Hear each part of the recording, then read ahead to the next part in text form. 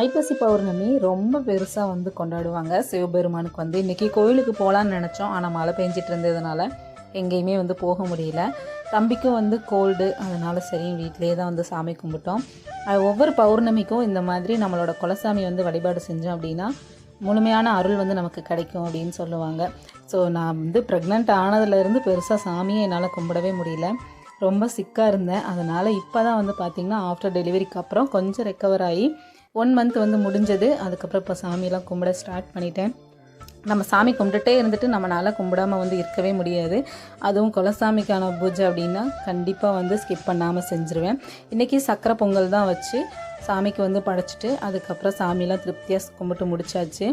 நாங்களும் உட்காந்து வந்து பார்த்திங்கன்னா நல்லா பேசிக்கிட்டே ஜாலியாக குட்டீஸுங்க எல்லாருக்கும் வச்சு கொடுத்துட்டு சாப்பிட்டு முடிச்சிட்டோம்.